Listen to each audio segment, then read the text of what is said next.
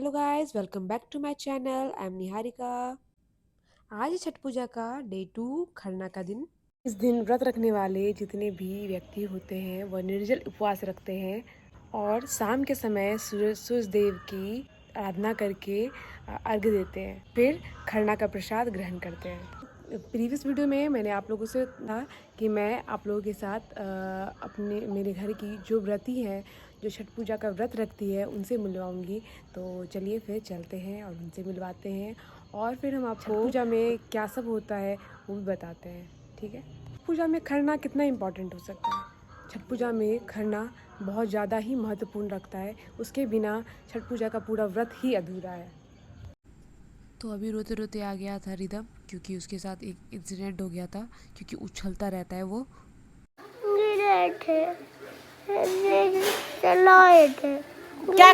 कैसे गिर गया? सोफा में कैसे गिर गया? तुम सोफा में उछल रहा था क्या? नहीं न उछलना चाहिए, तब न गिर गया। कैसे लगा मम्मी? कैसे लगा बेटा? और दोनों? हर माँ का जवाब कुछ ऐसा ही रहता है। अभी आप सोच रहे हो कि क्यों रेडी हो रही हूँ, क्योंकि अभी पूजा स्टार्ट होने वाला है। Harsh, give some poses. ये देखो पहले Harsh, cutie pose, cutie pose. One more. चले एक काम कर, 200 रुपए दे और 50 रुपए काट ओवर एक्टिंग की वजह से। हमेशा ऑल टाइम हेयर बनाता रहेगा। भाई रोहिणी फेस्टिवल है बट इंजॉय भी कर रही है, बट उसे स्कूल का इतना होमवर्क मिल गया है कि फेस्टिवल के टाइम में भी होमवर्क कर रही है। सो रोहिणी क्या कर रही हो? होमवर्क बना रही हो? चलो गाइस, सामान भी अब धीरे धीरे यहाँ पर इकट्ठा हो गया है और तैयारी के लिए यहाँ पर बर्तन हो गई थी शाम और पूजा स्टार्ट होने को है। तो चलिए चलते हैं। ठीक है? तो अभी हम आ गए थे नीचे और इसकी बातों से सुन के हम हंस रहे थे, क्योंकि ये पैसे मांग रहा था दादी से। दादी इसलिए बताओ ना, कैसा लग रहा है तुमको व्रत करके? बढ़िया लगता है। हाँ, बढ़िया लग रहा है। कितना साल से कर रही है? कितना साल से कर रही हो?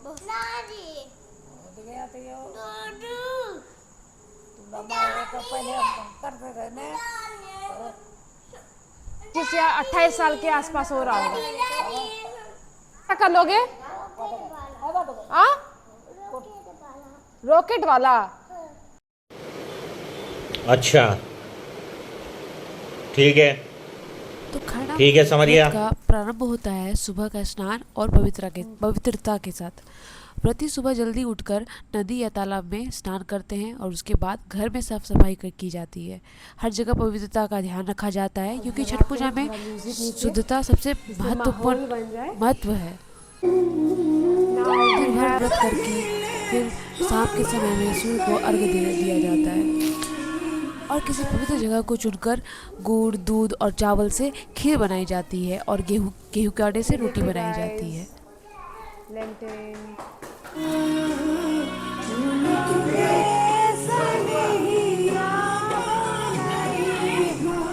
फिर खरना के लिए भोग बनाया जाता है और फिर भोग बनाने के बाद सूर्यदेव को भोग लगाया जाता है और सूर्यदेव को भोग लगाने के बाद जितने भी व्रती होते हैं वह इसे ग्रहण करके व्रत खोलते हैं। फिर उसके बाद जो भी भोग लगाया जाता है, उसके बाद जितने भी परिवार के सदस्य हैं, परिवार है या फिर जो भी पड़ोसी हैं, उनको ये प्रसाद बांटा जाता है। और शायद बहुत लोगों को पता भी होगा कि इसके पीछे कई पुरानी कथाएं भी हैं। एक बार सूर्यदेव की पत्नी उषा ने पृथ्वी पर लोगों के दुख दर्द देखे और उन्होंने सूर्यदेव से कहा कि पृथ्वी के लोगों को उनकी किरणों से जीवन मिलता है, तो उनका दुख का विनाश भी होना चाहिए। तब जाकर इस व्रत का निर्देश दिया गया था। और कहा जाता है कि सबसे पहले सीता माता ने लंका से लौटने के बाद छठी मैया का व्रत रखा था, जिसमें उन्होंने पहले दिन नहाए खाए, दूसरे दिन खरना किया था और उनके व्रत से खुश होकर छठी मैया ने उन्हें आशीर्वाद दिया और तब से ये परंपरा चली आ रही है। लग रहा है, देखो यार। वैसे आप लोगों को लगता होगा कि बिहारी की पहचान ही है छठ पूजा। वो छठ पूजा एक पर्व नहीं, हमारा हम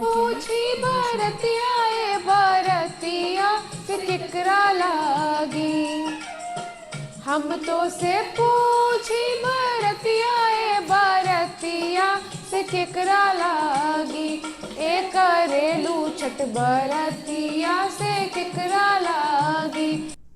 हर बिहारी, चाहे वो दुनिया के किसी भी कोने में हो, छठ के दिन अपने गांव, अपने घर, अपने माटी से जुड़ा हुआ महसूस करता है, क्योंकि यह पर्व एक परिवार को ही नहीं बल्कि एक गांव, एक समाज को जोड़ने का काम करता है। ये है मेरे घर की बूढ़ी दादी ना। हाँ, बोलने में टाइम नहीं लगता है हमको। खुद अपना तारीफ कर रही है। और अब बन रही थी हमारे यहाँ खीर, और अब बारी थी भूख लगाने की, तो दादी ने प्रिपरेशन इसका स्टार्ट कर दिया था। फिर वही दूध गुड़ की बनी खीर, रोटी और केले का प्रसाद हमने लगाया, और फिर दादी ने भोग चढ़ाकर उसे ग्रहण कर लिया। सबसे अलग बात इस व्रत में ये होती है कि जो व्रती होती है उन्हें अकेले खाना होता है। उनके खाने के पश्चात ही हम लोग सब उसे प्रसाद मानकर सभी लोग खाते हैं।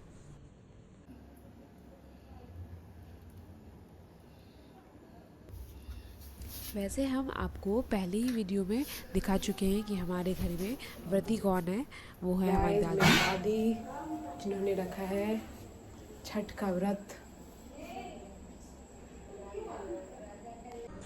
और ये आज से नहीं 28 सालों से करती आ रही है। ये देखिए गाइस, अब बारी हो गई थी अर्घ देने की, और बारी बारी से सभी ने अर्घ दिया। और व्रती जो हमारे घर में व्रत रखने वाली होती है उनसे हम आशीर्वाद लेते हैं, तो हमने आशीर्वाद दिया।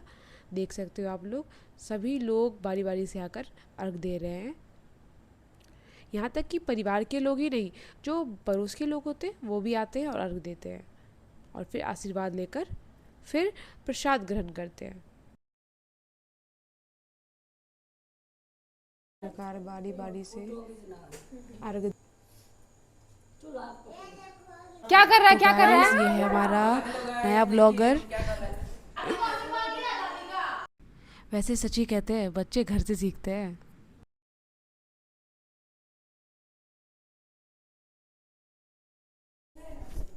अब मेरी बारी थी अर्घ देने की। इस बार कुछ वजह से हमारा पूरा परिवार तो साथ नहीं है, बट हर साल हम इकट्ठे होते हैं और इस पर्व को बहुत ही खुशी से मनाते हैं।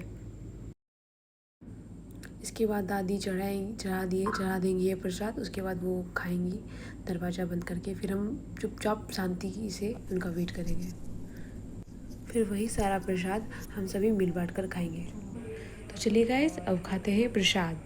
और ये देखिए गाइस, ये है हमारा महाप्रसाद। तो देखा गाइस, आज कितना ज़्यादा मज़ा आया हमें। और इसी तरह से हमें पूजा पाठ में बहुत ज़्यादा मज़ा आता है, क्योंकि छठ में हमारा महापर्व है, और कुछ इसी वजह से ये हमारा महापर्व है। हम इसे बहुत ही शुद्धता के साथ मनाते हैं।